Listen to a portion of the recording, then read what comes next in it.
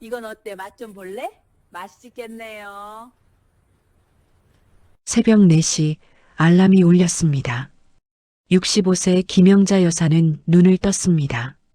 좁은 단칸방에서 일어나 창문을 열었습니다. 차가운 새벽 공기가 얼굴을 스쳤습니다. 오늘도 힘내자. 영자 여사는 스스로를 다독이며 낡은 옷장에서 작업복을 꺼내 입었습니다. 세수를 하고 머리를 단정히 빗었습니다. 부엌으로 가서 물 한 컵을 마셨습니다. 아침은 거르기로 했습니다. 재료비를 아껴야 했으니까요. 영자 여사는 가방을 들고 집을 나섰습니다. 계단을 내려가 골목길로 나왔습니다. 시장 골목까지는 걸어서 10분 거리였습니다. 영자 씨, 오늘도 일찍 나오셨네요. 옆 가게 박 사장이 인사했습니다. 네, 박 사장님도 고생 많으십니다. 뭐 먹고 살려면 어쩔 수 없죠. 두 사람은 씁쓸하게 웃었습니다. 영자 여사는 자신의 가게 앞에 도착했습니다. 영자네 반찬 가게라는 낡은 간판이 걸려 있었습니다. 셔터를 올리고 안으로 들어갔습니다. 비좁은 가게 안에는 김치 냉장고와 조리대, 그리고 작은 테이블 하나가 전부였습니다. 영자 여사는 앞치마를 두르고 일을 시작했습니다. 배추를 다듬고 물을 씻었습니다. 고춧가루, 젓갈, 마늘을 섞어 양념을 만들었습니다. 김치를 버무리는 동안 시간이 훌쩍 지나갔습니다. 오전 7시가 되자 시장에 사람들이 하나둘 모여들었습니다. 아줌마, 김치 한 포기 주세요. 네, 잠깐만요. 영자 여사는 김치를 비닐봉지에 담아 건넸습니다. 5,000원입니다. 여기요. 손님은 돈을 건네고 갔습니다. 영자 여사는 돈을 조심스럽게 서랍에 넣었습니다. 오전 내내 손님이 몇 명 왔다 갔습니다. 김치 2포기, 나물 몇 봉지를 팔았습니다. 점심때가 되었습니다. 영자 여사는 주머니에서 1,000원짜리 지폐 2장을 꺼냈습니다. 근처 분식집으로 가서 라면 하나를 시켰습니다. 할머니, 라면 나왔어요. 고맙습니다. 영자 여사는 뜨거운 라면을 천천히 먹었습니다. 국물까지 한 방울도 남기지 않았습니다. 잘 먹었습니다. 영자 여사는 다시 가게로 돌아왔습니다. 오후에도 손님이 드문드문 찾아왔습니다. 아줌마, 이거 깎아주세요. 죄송합니다. 원래 가격이 이미 최저가예요. 에이, 그래도 단골인데. 정말 죄송합니다. 영자 여사는 고개를 숙였습니다. 손님은 투덜거리며 돈을 내고 갔습니다. 저녁 6시가 되었습니다. 하루 매출을 계산해 봤습니다. 53,000원이었습니다. 재료비 2만 원을 빼면 순수익은 33,000원. 오늘은 그나마 괜찮네. 영자 여사는 쓸쓸하게 웃었습니다. 가게 문을 닫고 청소를 시작했습니다. 바닥을 쓸고 조리대를 닦았습니다. 김치 냉장고를 정리하고 내일 준비물을 체크했습니다. 저녁 7시 30분. 모든 일을 마치고 셔터를 내렸습니다. 영자 여사는 무거운 발걸음으로 집으로 향했습니다. 단칸방에 도착했습니다. 현관문을 열고 들어가니 냉기가 느껴졌습니다. 난방비를 아끼려 보일러를 거의 틀지 않았습니다. 영자 여사는 두꺼운 잠옷으로 갈아입었습니다. 부엌으로 가서 냉장고를 열었습니다. 김치와 밑반찬 몇 개가 전부였습니다. 밥솥에 밥을 조금 담고 김치를 꺼냈습니다. 간단한 저녁 식사를 했습니다. 남편이 살아있었으면 영자 여사는 혼잣말을 했습니다. 3년 전 남편은 갑작스러운 심장마비로 세상을 떠났습니다. 장례식도 간소하게 치렀습니다. 돈이 없었으니까요. 그 이후로 영자 여사는 혼자 살아왔습니다. 아들 준호가 있었지만 영자 여사는 한숨을 내쉬었습니다. 휴대폰을 꺼내 아들에게 전화를 걸었습니다. 신호음이 길게 울렸습니다. 여보세요? 아들의 목소리가 들렸습니다. 준호야, 엄마야. 아, 엄마. 무슨 일이세요? 아들의 목소리는 무덤덤했습니다. 아니야, 그냥. 목소리 듣고 싶어서. 엄마, 저 지금 좀 바쁜데요. 나중에 전화 드릴게요. 그래. 알았어. 전화가 끊어졌습니다. 영자 여사는 휴대폰을 내려놓았습니다. 눈가가 뜨거워졌습니다. 괜찮아. 바쁘니까 그렇겠지. 영자 여사는 스스로를 위로했습니다. 하지만 마음 한편은 쓸쓸했습니다. 다음 날도 똑같은 하루가 시작되었습니다. 새벽 4시에 일어나 시장으로 갔습니다. 김치를 담그고 반찬을 만들었습니다. 손님을 맞이하고 하루를 보냈습니다. 일주일이 그렇게 지나갔습니다. 어느 금요일 저녁이었습니다. 영자 여사는 가게 문을 닫으려는데 휴대폰이 울렸습니다. 아들 준호였습니다. 여보세요, 준호야? 엄마, 저 내일 결혼기념일이에요. 아, 그렇구나. 벌써 3년이 됐네. 네. 그래서 엄마께 말씀드리려고요. 영자 여사의 얼굴이 밝아졌습니다. 응, 뭔데? 내일 우리 집에 오지 마세요. 영자 여사의 웃음이 굳어졌습니다. 뭐라고? 수진이가 친구들 초대해서 파티한대요. 엄마 오시면 좀. 그렇다고. 준호야. 엄마, 죄송해요. 수진이 성격 아시잖아요. 제가 어떻게 할 수가 없어요. 대신 다음에 제가 엄마 찾아뵐게요. 그럼 끊을게요. 전화가 끊어졌습니다. 영자 여사는 한동안 휴대폰을 멍하니 바라봤습니다. 그리고 조용히 눈물이 흘러내렸습니다. 내가 그렇게 창피한 엄마인가? 영자 여사는 주저앉아 울었습니다. 오랜 시간 혼자 울었습니다. 토요일 저녁, 영자 여사는 단칸방에 혼자 앉아 있었습니다. 텔레비전도 켜지 않았습니다. 전기세가 아까웠습니다. 창밖을 바라봤습니다. 다른 집들은 불이 환하게 켜져 있었습니다. 가족들이 함께 저녁을 먹는 모습이 보였습니다. 영자 여사는 한숨을 내쉬었습니다. 남편, 보고 싶어. 영자 여사는 서랍에서 남편 사진을 꺼냈습니다. 사진 속 남편은 환하게 웃고 있었습니다. 여보, 우리 준호가 이렇게 변할 줄 알았어? 영자 여사는 사진을 쓰다듬었습니다. 당신이 있었으면 이러지 않았을 텐데. 영자 여사는 사진을 가슴에 안았습니다. 그리고 또다시 눈물을 흘렸습니다. 일요일 아침, 영자 여사는 교회에 갔습니다. 예배를 드리고 집으로 돌아오는 길이었습니다. 영자 씨, 뒤에서 누군가 불렀습니다. 돌아보니 같은 교회 다니는 김 권사님이었습니다. 김 권사님, 안녕하세요. 영자 씨, 오늘 우리 집에서 점심 먹고 가요. 아니에요, 괜찮습니다. 왜요? 혼자 사시는데 같이 드시죠. 정말 괜찮습니다. 에이, 그러지 말고 가요. 제가 미역국 끓였어요. 김 권사님은 영자 여사의 손을 잡았습니다. 영자 여사는 결국 김 권사님 집으로 갔습니다. 따뜻한 식사를 대접받았습니다. 영자 씨, 요즘 아드님은 어떻게 지내요? 네, 잘 지냅니다. 며느리분은 좋은 분인가요? 네, 좋습니다. 영자 여사는 거짓말을 했습니다. 그럼 다행이네요. 요즘 며느리가 시어머니 모시는 게 쉽지 않잖아요. 그러게요. 영자 여사는 쓸쓸하게 웃었습니다. 식사를 마치고 김 권사님 집을 나섰습니다. 집으로 돌아오는 길, 영자 여사는 발걸음이 무거웠습니다. 단칸방 문을 열고 들어갔습니다. 텅 빈 집, 냉기가 가득한 방.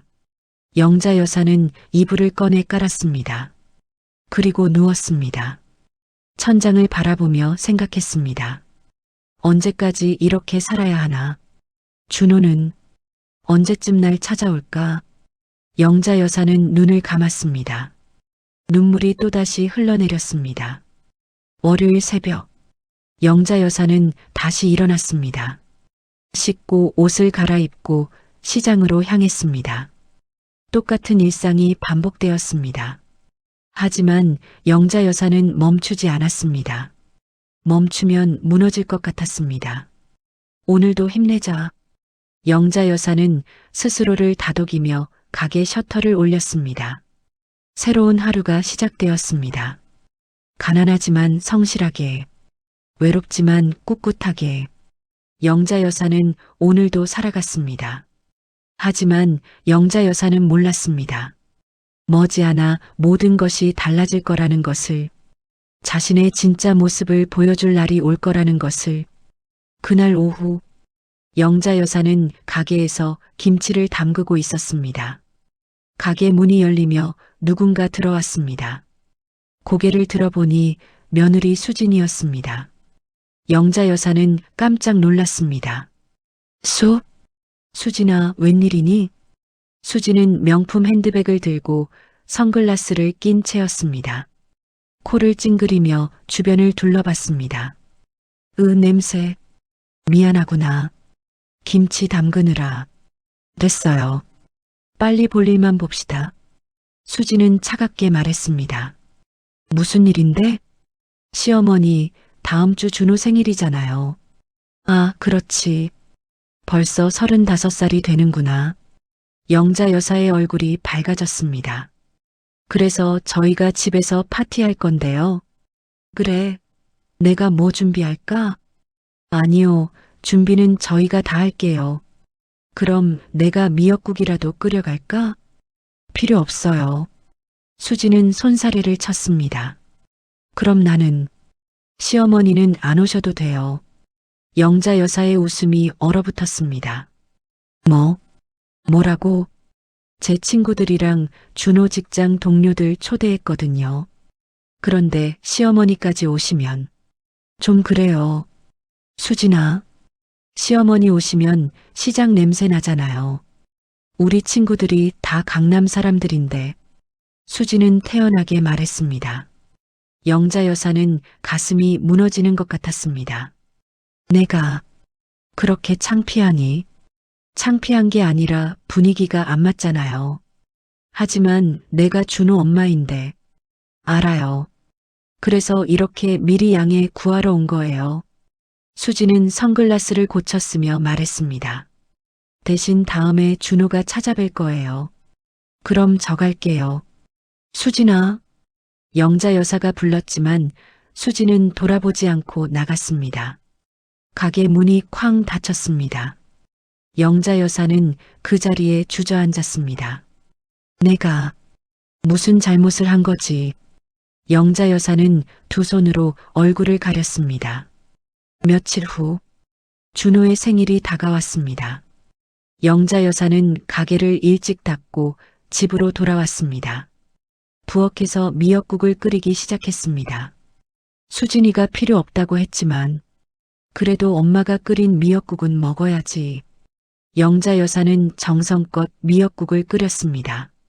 소고기도 조금 넣고 참기름도 듬뿍 넣었습니다. 미역국이 완성되었습니다. 영자 여사는 큰 통에 담았습니다. 그리고 옷을 갈아입었습니다. 가장 좋은 옷을 꺼냈습니다. 낡았지만 깨끗하게 다려둔 옷이었습니다. 가자. 수진이가 뭐라 해도 내 아들 생일인데.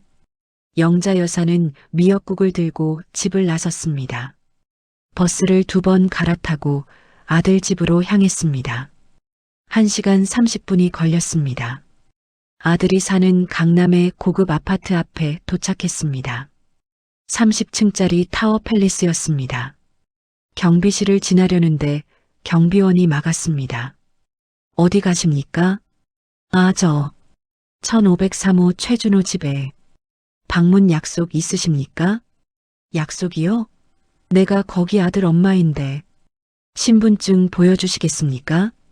영자 여사는 당황하며 신분증을 꺼냈습니다. 경비원은 확인하고 내선 전화를 걸었습니다. 1503호에 손님 오셨는데요. 김영자 씨라고. 네. 아, 네.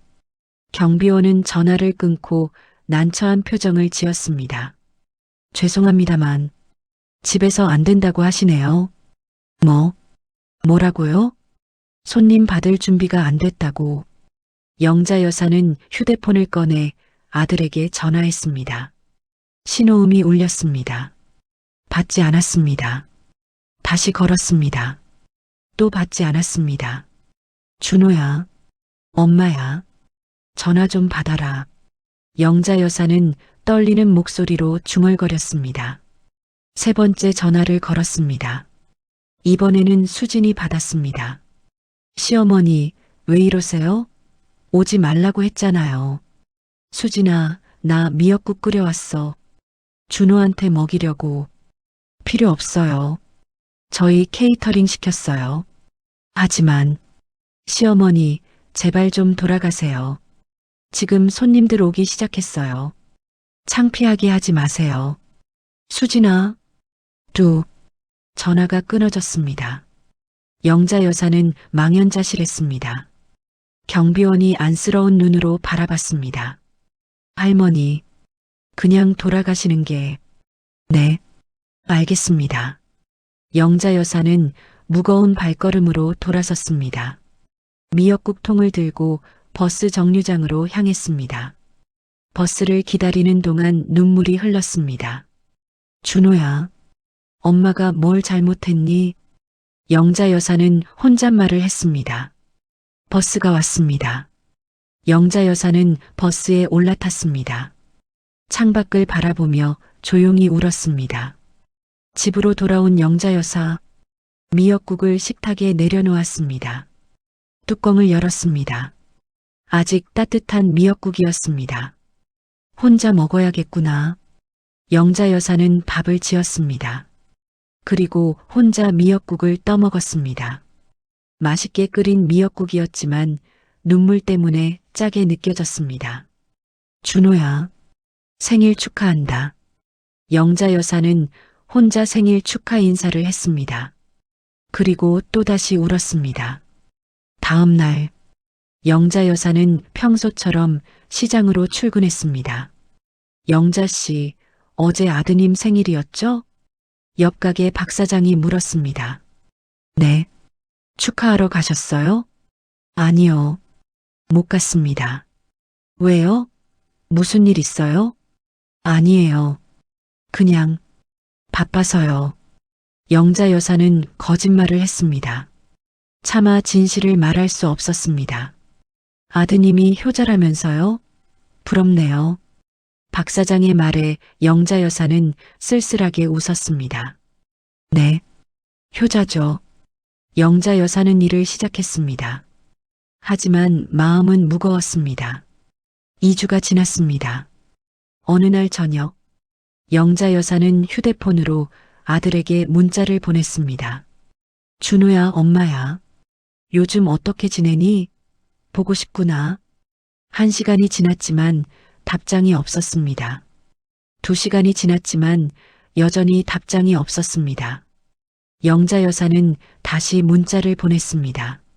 준호야, 시간 되면 엄마 한번 보러 와라. 보고 싶어. 또 기다렸습니다. 하지만 답장은 오지 않았습니다. 영자 여사는 휴대폰을 내려놓았습니다. 내가 그렇게 보기 싫은가? 영자 여사는 혼잣말을 했습니다. 1달이 지났습니다. 추석이 다가왔습니다. 영자 여사는 설레는 마음으로 준비를 했습니다. 송편을 빚고 나물을 무쳤습니다. 전도 부치고 갈비찜도 만들었습니다. 이번 추석엔 준호가 오겠지. 영자 여사는 기대했습니다.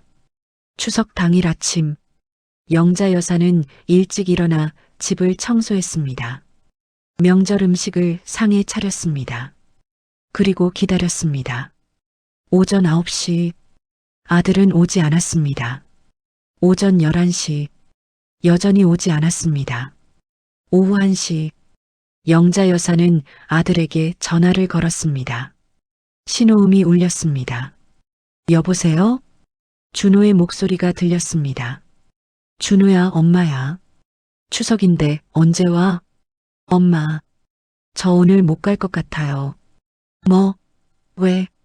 수진이 친정에 가기로 했어요. 하지만 추석인데. 죄송해요, 엄마. 다음에 갈게요. 준호야. 뚝. 전화가 끊어졌습니다. 영자 여사는 멍하니 휴대폰을 바라봤습니다. 상에 차린 음식들을 보았습니다.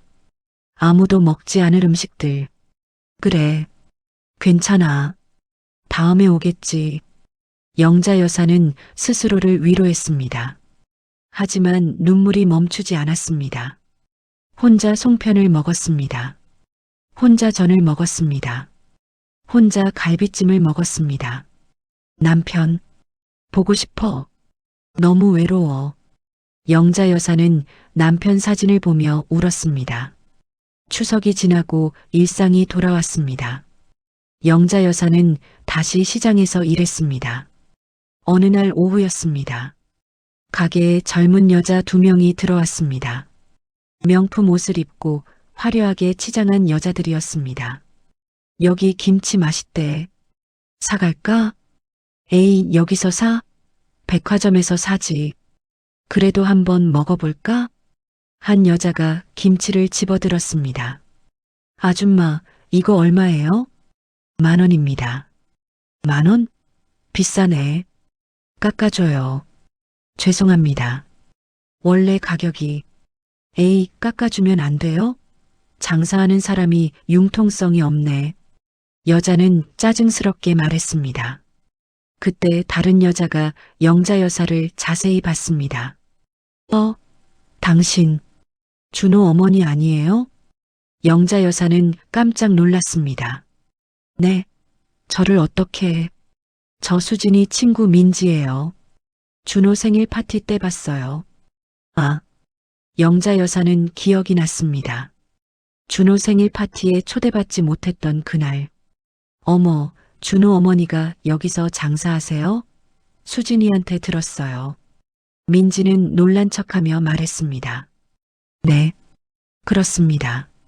힘드시겠어요. 이 나이에 시장에서 일하시다니. 민지의 말투에는 동정과 무시가 섞여 있었습니다. 괜찮습니다. 제가 좋아서 하는 일이니까요. 그래도 아들이 변호사인데 왜 어머니를 이렇게 내버려둬요? 아니에요. 준호는 좋은 아들입니다. 그래요?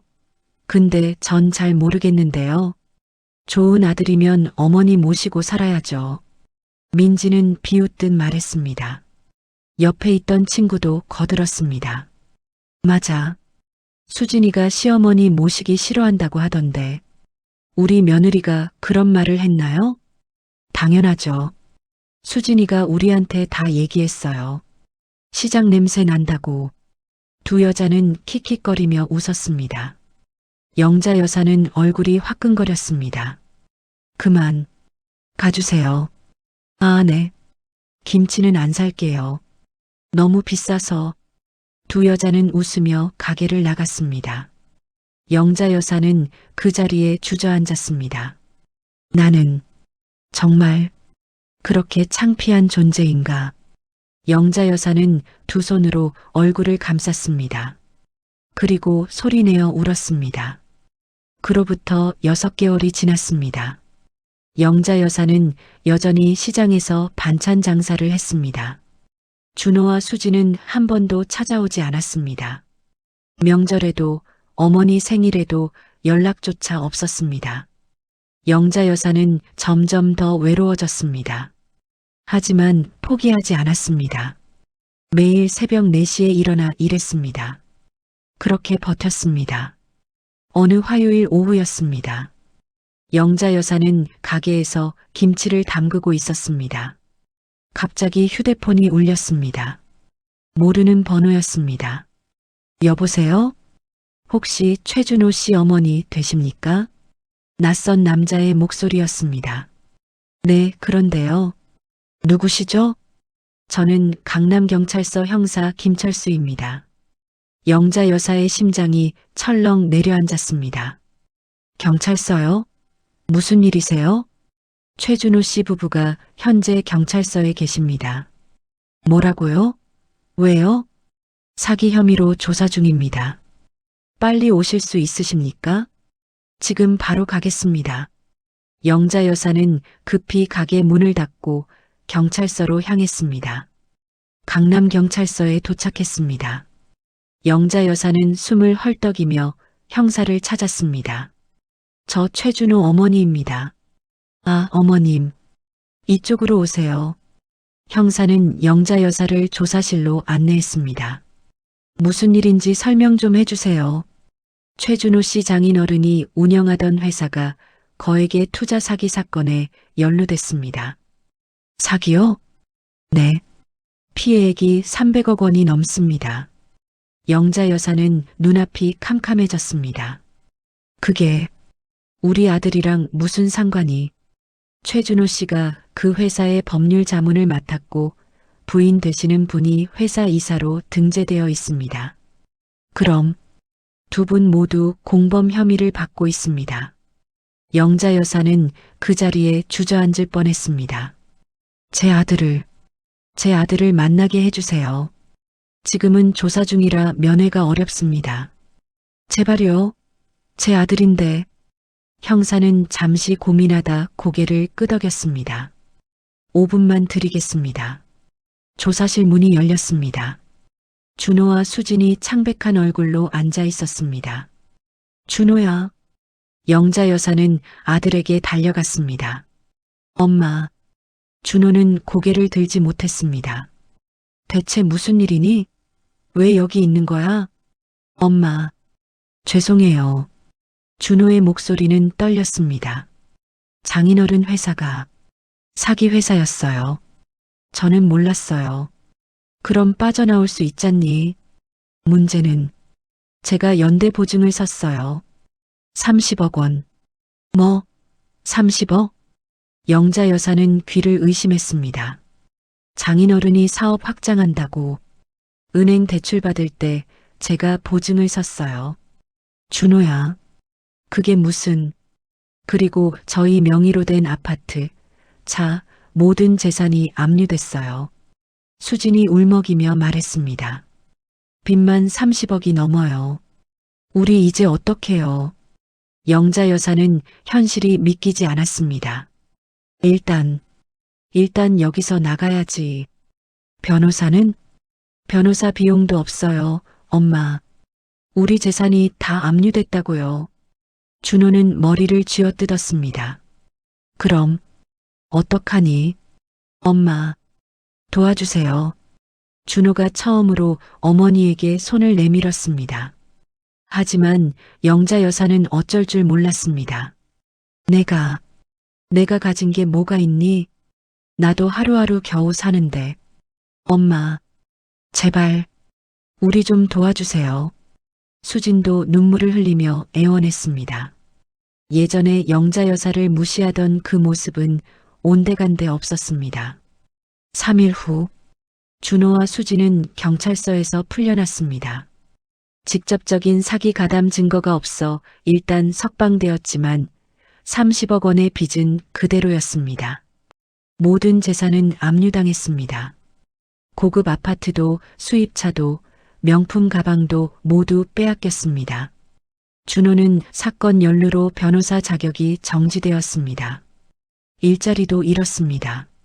수진의 친정 부모는 야반도주했습니다. 하루아침에 모든 것을 잃은 부부는 갈 곳이 없었습니다. 친구들에게 연락했지만 모두 피했습니다. 준호야, 미안하지만 우리도 사정이.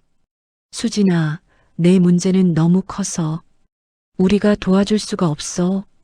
모두가 등을 돌렸습니다. 준호는 절망했습니다. 우리 어디로 가야 하지? 준호야, 미안해. 다 나 때문이야. 수진은 눈물을 흘렸습니다. 내 아버지가 저지른 일인데. 준호는 아내를 안아주었습니다. 괜찮아. 우리 같이 이겨내자. 하지만 막막했습니다. 당장 오늘 밤 잘 곳도 없었습니다.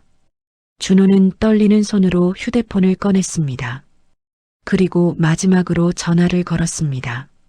어머니에게 신호음이 울렸습니다. 여보세요? 영자 여사의 목소리가 들렸습니다. 엄마, 나야. 준호야, 어떻게 됐니?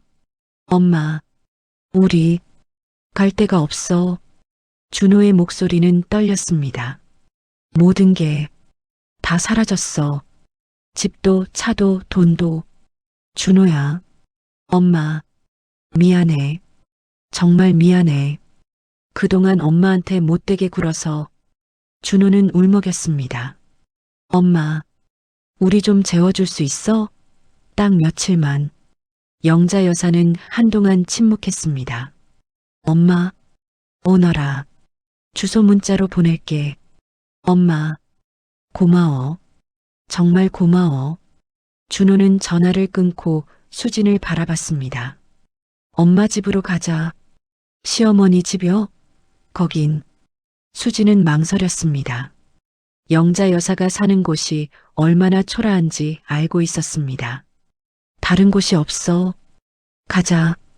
준호는 수진의 손을 잡았습니다. 저녁 7시.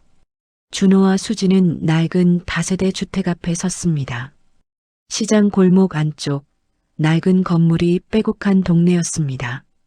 여기 시어머니가 사시는 곳이에요? 수진은 주변을 둘러보며 움츠러들었습니다. 그래. 준호는 무거운 마음으로 2층 계단을 올라갔습니다. 녹슨 철문 앞에 섰습니다. 초인종을 눌렀습니다. 잠시 후 문이 열렸습니다.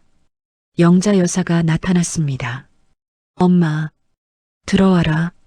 영자 여사는 표정 없이 말했습니다. 준호와 수진은 조심스럽게 안으로 들어갔습니다. 20평도 안 되는 단칸방이었습니다.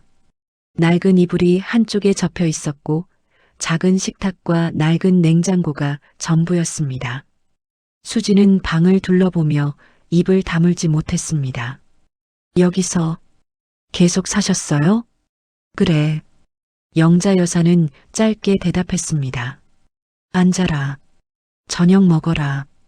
영자 여사는 식탁에 간단한 반찬을 내놓았습니다. 김치, 나물, 된장찌개가 전부였습니다. 준호와 수진은 식탁에 앉았습니다. 준호는 숟가락을 들었지만 목이 메었습니다. 엄마, 정말 미안해. 먹어라. 이야기는 나중에 하자. 영자 여사는 냉정하게 말했습니다. 수진은 된장찌개를 한 숟가락 떠서 입에 넣었습니다. 따뜻했습니다. 그리고 맛있었습니다. 수진은 그동안 수백만 원짜리 레스토랑에서 밥을 먹었습니다. 하지만 지금 이 순간 이 소박한 된장찌개가 가장 맛있었습니다. 눈물이 흘러내렸습니다. 시어머니, 죄송합니다. 수진은 처음으로 진심으로 사과했습니다. 그동안 정말 죄송했습니다. 제가 너무 못됐습니다. 영자 여사는 아무 말 없이 밥을 먹었습니다. 준호도 눈물을 흘리며 밥을 먹었습니다. 세 사람은 말없이 식사를 마쳤습니다. 저녁 9시 영자 여사는 이불을 꺼내 깔았습니다. 너희 둘이 여기서 자고 나는 부엌에서 잘게. 아니에요, 엄마. 엄마가 여기서 주무세요. 됐어. 너희가 자라. 영자 여사는 단호했습니다. 준호와 수진은 이불 위에 누웠습니다. 천장을 바라보며 준호가 중얼거렸습니다. 내가 정말 바보였어. 준호야, 엄마한테 그렇게 못되게 굴고 이제 와서 도움을 청하다니. 준호는 두 손으로 얼굴을 가렸습니다. 나도 미안해. 내가 시어머니한테 너무 심했어. 수진도 눈물을 흘렸습니다. 이제라도 잘하자. 두 사람은 서로를 껴안고 울었습니다. 다음 날 아침, 영자 여사는 새벽 4시에 일어났습니다. 조용히 가게로 출근했습니다. 준호와 수진이 깨어난 것은 오전 9시였습니다. 엄마는 벌써 나가신 것 같아. 두 사람은 일어나 집안을 정리했습니다. 냉장고를 열어봤습니다. 김치와 반찬 몇 개만 있었습니다. 엄마가 이렇게 사셨구나. 준호는 가슴이 미어졌습니다. 우리가 강남에서 호화롭게 살 때 엄마는 이렇게. 수진도 울었습니다. 두 사람은 집을 청소했습니다. 먼지를 닦고 바닥을 쓸었습니다. 오후가 되어 시장으로 가서 어머니를 찾았습니다. 영잔의 반찬 가게라는 간판이 보였습니다.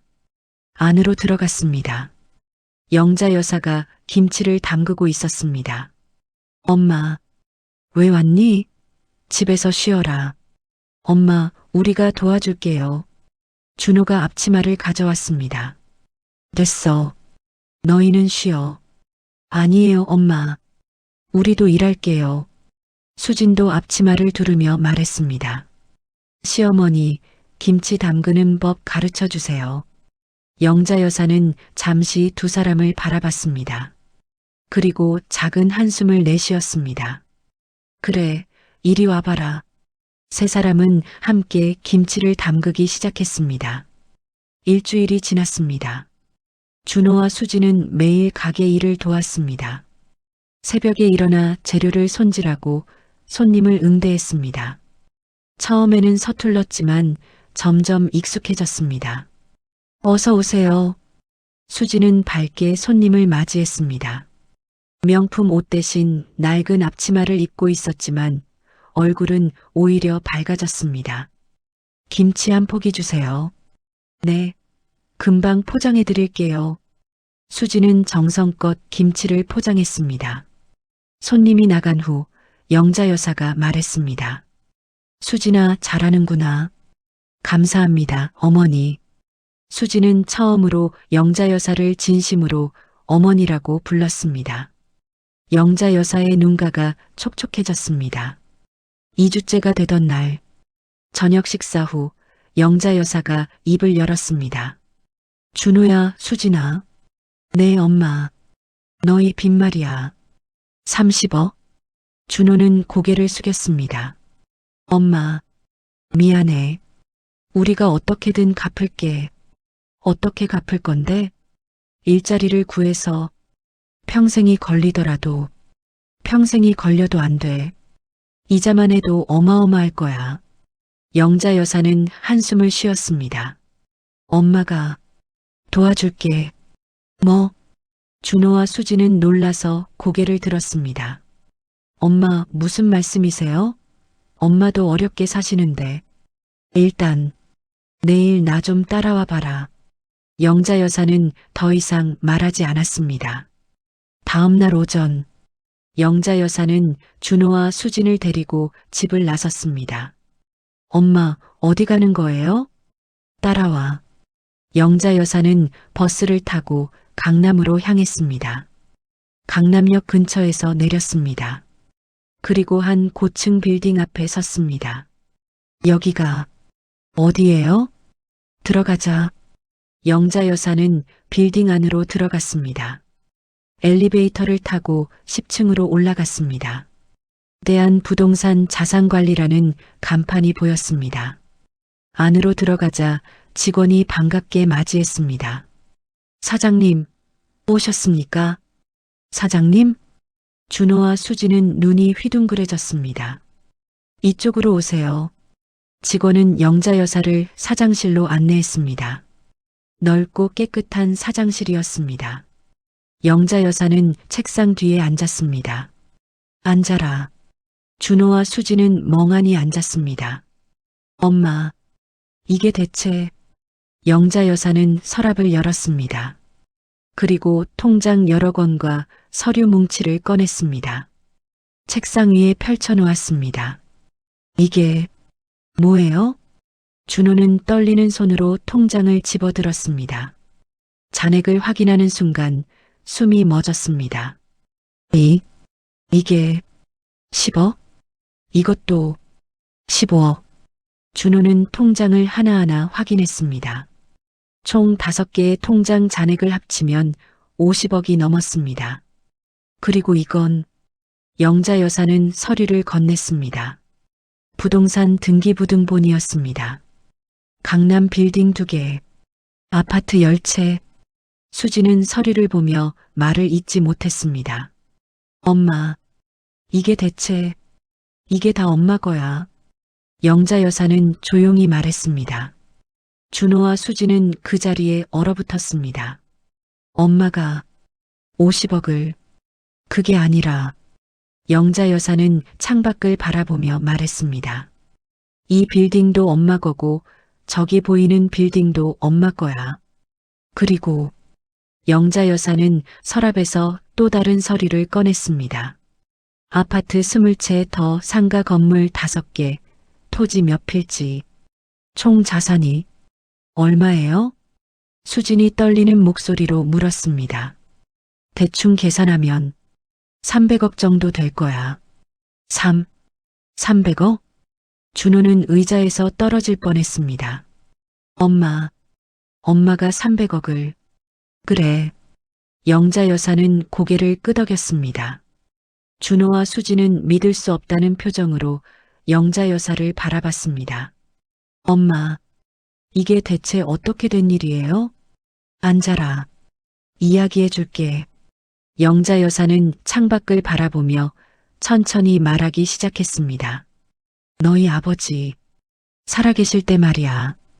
영자 여사의 목소리에 그리움이 묻어났습니다. 아버지는 똑똑한 사람이었어. 젊었을 때 부동산에 투자해서 큰 돈을 벌었지. 그럼 아버지가 30년 전부터 강남 땅을 조금씩 사모았어. 그때는 땅값이 쌌거든. 영자 여사는 계속 말을 이었습니다. 아버지가 돌아가시기 전에 나한테 말씀하셨어. 여보, 이 재산은 당신이 잘 지켜야 해. 그리고 준호가 진짜 어려울 때 도와줘라고. 엄마, 난 아버지 유언을 지켰어. 재산을 지켰고 부동산 회사도 운영하면서 더 늘렸지. 그런데 왜 시장에서 장사를 하신 거예요? 수진이 물었습니다. 영자 여사는 씁쓸하게 웃었습니다. 너희를 시험하려고. 시험요? 준호야, 너 기억하니? 아버지 돌아가시고 얼마 안 됐을 때 엄마가 말했잖아. 엄마 시장에서 장사 좀 해볼까 하는데 어때? 라고. 준호는 기억이 났습니다. 응, 기억나요. 그때 너 뭐라고 했지? 준호는 고개를 숙였습니다. 기억이 또렷했습니다. 제가 엄마 창피하니까 그러지 마라고 했어요. 그래. 그리고 수진이는 뭐라고 했지? 수진도 얼굴이 붉어졌습니다. 제가 시장 냄새 나는 시어머니는 싫어요라고. 맞아. 영자 여사는 쓸쓸하게 웃었습니다. 그때 난 알았어. 너희가 날 돈으로만 보는구나. 가난한 엄마는 창피한 존재구나. 엄마, 정말 죄송합니다. 준호는 눈물을 흘렸습니다. 그래서 난 진짜로 가난한 척하며 살기로 했어. 너희가 언제쯤 진짜 효도하는지 보려고. 어머니, 수진도 울었습니다. 3년을 기다렸어. 명절에도 생일에도 엄마가 아파도 한 번도 안 찾아왔지. 영자 여사의 목소리가 떨렸습니다. 심지어 엄마 생일에 전화 한 통 없었어. 너희 결혼기념일, 준호 생일엔 찾아가지도 못하게 했고. 죄송합니다. 정말 죄송합니다. 준호와 수지는 바닥에 엎드려 울었습니다. 그런데 이번에 너희가 망했다는 소식을 들었어. 처음엔 그냥 내버려 둘까 했어. 너희가 자업자득이니까. 영자 여사는 한숨을 쉬었습니다. 하지만 준호가 전화했을 때 목소리가 달랐어. 엄마, 진심으로 미안해하는 것 같았어. 그리고 지난 2주 동안 너희가 가게 일 도와주는 걸 보면서 변했다는 걸 알았어. 영자 여사는 2 사람을 바라봤습니다. 이제라도 정신 차린 것 같아서 엄마가 도와주려고. 어머니, 감사합니다. 정말 감사합니다. 수지는 영자 여사의 손을 잡고 울었습니다. 하지만 영자 여사는 손을 뿌리쳤습니다. 공짜는 없어. 네. 엄마가 너희 빚 30억 갚아줄게. 하지만 조건이 있어. 준호와 수지는 고개를 들었습니다. 첫째, 앞으로 3년 동안 엄마랑 같이 살아라. 시장 골목 그 단칸방에서. 네, 당연히 그렇게 하겠습니다. 준호가 즉시 대답했습니다. 둘째, 매일 아침 엄마한테 문안 인사 드려라. 네. 셋째, 명절이나 생일엔 무조건 함께 보내라. 당연합니다, 어머니. 수진이 대답했습니다. 그리고 마지막, 영자 여사는 진지하게 말했습니다. 다시는 사람을 돈으로 평가하지 마라. 가난하든 부자든 사람은 마음이 중요한 거야. 명심하겠습니다, 엄마. 준호는 고개를 숙였습니다. 우리 진짜 변했어요. 지난 2주 동안 정말 많이 배웠습니다. 그래, 믿는다. 영자 여사는 두 사람을 일으켜 세웠습니다. 일어나라. 이제 일 처리하러 가자. 그날 오후, 영자 여사는 준호와 수진을 데리고 은행으로 갔습니다. 30억 원을 송금하겠습니다. 네, 사장님. 은행원은 정중하게 업무를 처리했습니다. 준호의 빚쟁이들에게 30억이 송금되었습니다. 이제 빚이 없어진 거예요? 그래. 이제 자유야. 준호는 그 자리에서 울음을 터뜨렸습니다. 엄마, 고맙습니다. 정말 고맙습니다. 울지 마라. 이제부터 진짜 시작이야. 네. 제가 열심히 일해서 갚겠습니다. 갚을 것 없어? 엄마가 아들한테 준 거야. 영자 여사는 준호의 어깨를 토닥였습니다. 대신 진짜 효자 되어라. 네. 평생 효도하겠습니다. 다음 날, 준호와 수지는 짐을 싸서 시장 골목 단칸방으로 완전히 이사했습니다. 비좁았지만 따뜻했습니다. 셋이 함께 저녁을 먹었습니다. 엄마, 제가 설거지 할게요. 수지는 자발적으로 설거지를 했습니다. 준호야, 내일부터 구직 활동 시작해라. 네, 엄마. 변호사는 못하지만 다른 일 찾아볼게요. 열심히 해라. 엄마가 응원한다. 감사합니다, 엄마. 그날 밤, 세 사람은 좁은 방에 나란히 누웠습니다. 영자 여사가 가운데 양옆으로 준호와 수진이 누웠습니다. 엄마, 따뜻해요. 준호가 중얼거렸습니다. 어머니, 행복합니다. 수진도 말했습니다. 영자 여사는 두 사람의 손을 잡았습니다.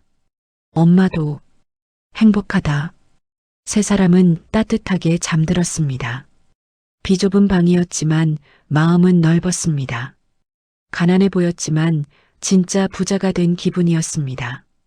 6개월이 지났습니다. 준호는 작은 법률 상담소에 취직했습니다. 변호사 자격은 정지되었지만 법률 지식을 활용해 서민들을 돕는 일을 시작했습니다. 어르신, 이 계약서는 불공정 조항이 있어요. 다시 협상하셔야 합니다. 아이고, 고맙습니다. 준호는 진심으로 사람들을 도왔습니다. 월급은 많지 않았지만 보람이 있었습니다. 수지는 영자 여사와 함께 반찬 가게를 운영했습니다. 어머니, 이 김치 정말 맛있어요. 그래, 우리 수진이가 담근 거야. 정말요? 며느리분이 담그신 거예요? 응, 이제 나보다 잘해. 영자 여사는 자랑스럽게 말했습니다. 수지는 예전의 교만함은 온데간데 없었습니다. 손님들에게 친절했고 청소도 열심히 했습니다. 어머니, 제가 배달 다녀올게요. 조심히 다녀와라. 수지는 김치를 들고 배달을 다녔습니다. 명품 구두 대신 운동화를 신고 명품 가방 대신 배달 가방을 들었습니다. 하지만 얼굴은 예전보다 훨씬 밝았습니다. 어느 토요일 저녁, 세 가족은 함께 저녁을 먹고 있었습니다. 엄마, 오늘 제가 월급 받았어요. 준호는 봉투를 꺼냈습니다. 250만 원입니다. 엄마 드릴게요. 아니야, 내가 가져라. 아니에요. 엄마가 30억을 갚아주셨는데 이 정도는 당연히 드려야죠. 준호는 봉투를 영자 여사 손에 쥐어줬습니다. 저도요, 어머니. 수진도 봉투를 꺼냈습니다. 제가 가게 일 도와드린 거 월급 주셨잖아요. 다시 드릴게요. 너희들. 영자 여사의 눈시울이 붉어졌습니다. 엄마는 괜찮아. 너희가 쓰렴. 아니에요. 저희가 효도하고 싶어요. 그래. 고맙다. 영자 여사는 두 사람을 꼭 안아주었습니다. 1년이 지났습니다. 준호의 변호사 자격 정지가 풀렸습니다. 엄마, 제가 다시 변호사로 일할 수 있게 됐어요. 정말 축하한다, 아들. 하지만 저는 대형 로펌에 가지 않을 거예요. 왜? 서민들을 위한 법률 구조 변호사로 일하고 싶어요. 돈은 적지만 보람 있는 일이에요. 준호는 환하게 웃었습니다. 좋은 생각이다. 엄마가 응원한다. 영자 여사는 아들의 선택이 자랑스러웠습니다. 수진도 변했습니다. 어머니, 저 사회복지사 공부 시작했어요. 사회복지사? 네. 어려운 사람들 돕고 싶어요. 제가 밑바닥을 경험해봐서 그들의 마음을 알 것 같아요. 수진아, 훌륭하구나. 영자 여사는 며느리가 대견했습니다. 2년이 지났습니다. 준호와 수진에게 아기가 생겼습니다. 엄마, 우리 아기 가져요. 정말 축하한다. 영자 여사는 기쁨의 눈물을 흘렸습니다. 10개월 후 귀여운 손자가 태어났습니다. 할머니, 손주예요.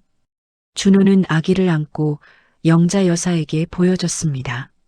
어머, 우리 손주, 이쁘다. 영자 여사는 손주를 안았습니다. 작고 따뜻한 생명. 영자 여사의 가슴이 벅차올랐습니다. 이름은 뭐라고 지을 거니? 할머니가 지어주세요. 내가? 네. 할머니가 지어주신 이름이 가장 좋을 것 같아요. 영자 여사는 한참을 생각하다 말했습니다. 효준이는 어때? 효도 효자의 준할준자. 효준이. 좋아요. 이 아이가 자라서 진짜 효자가 되길. 영자 여사는 손주를 보며 기도했습니다. 3년이 되던 날, 영자 여사는 준호와 수진을 불러 앉혔습니다. 너희 기억하지? 엄마가 조건 걸었던 거. 네, 엄마. 3년 동안 같이 살기. 응. 오늘로 3년이 됐어. 어머니, 이제 너희 원하는 곳에서 살아도 돼. 영자 여사는 말했습니다. 준호와 수진은 서로를 바라봤습니다. 그리고 동시에 대답했습니다. 싫어요. 우리 계속 어머니랑 같이 살고 싶어요. 그래. 네. 이 단칸방이 좁긴 하지만 우리 가장 행복했어요. 준호는 진심으로 말했습니다. 맞아요, 어머니. 여기서 효준이 키우고 싶어요. 수진도 고개를 끄덕였습니다. 영자 여사는 눈물을 닦았습니다. 고맙다. 정말 고맙다. 엄마 덕분에 우리가 진짜 사람 됐어요. 엄마가 가르쳐 주신 거예요. 돈보다 중요한 게 사람이라는 걸. 세 사람은 서로를 껴안았습니다. 작은 단칸방에서, 하지만 그 어떤 호화 저택보다 따뜻한 곳에서 5년이 지났습니다. 효준이는 5살이 되었습니다. 할머니, 사랑해요. 할머니도 사랑한다. 우리 효준이. 영자 여사는 손주를 안고 웃었습니다. 준호는 서민 변호사로 명성을 얻었습니다. 변호사님 덕분에 억울한 일을 풀었어요. 천만에요. 당연한 일을 한 것뿐입니다. 준호는 보수 없이도 어려운 사람들을 도왔습니다. 수지는 사회복지사 자격을 땄습니다. 어르신들, 오늘 반찬 가져왔어요. 수지는 독거노인들을 찾아다니며 봉사했습니다. 예전에 교만한 재벌 며느리는 온데간데 없었습니다.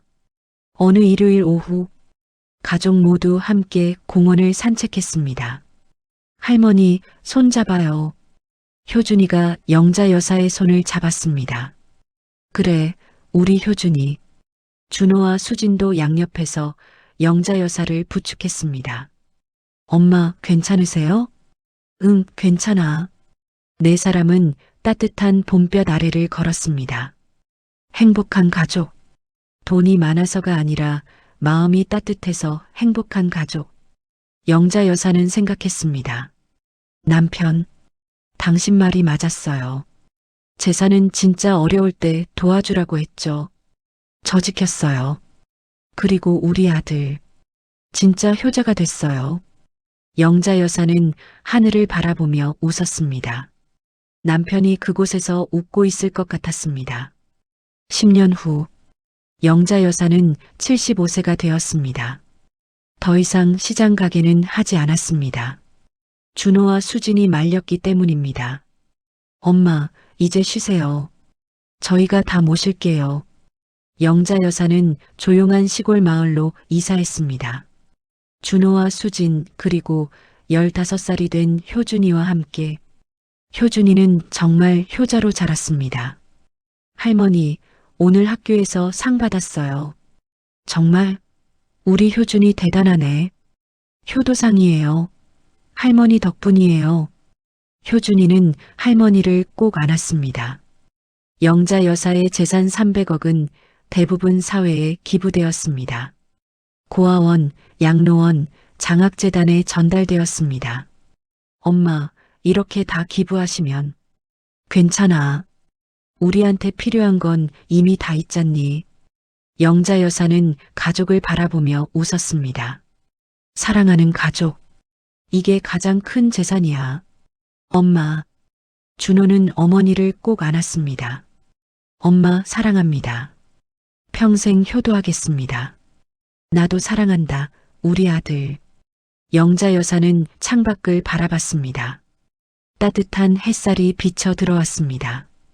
평화로운 시골 풍경, 사랑하는 가족들의 웃음소리. 이게 진짜 행복이구나. 영자 여사는 생각했습니다.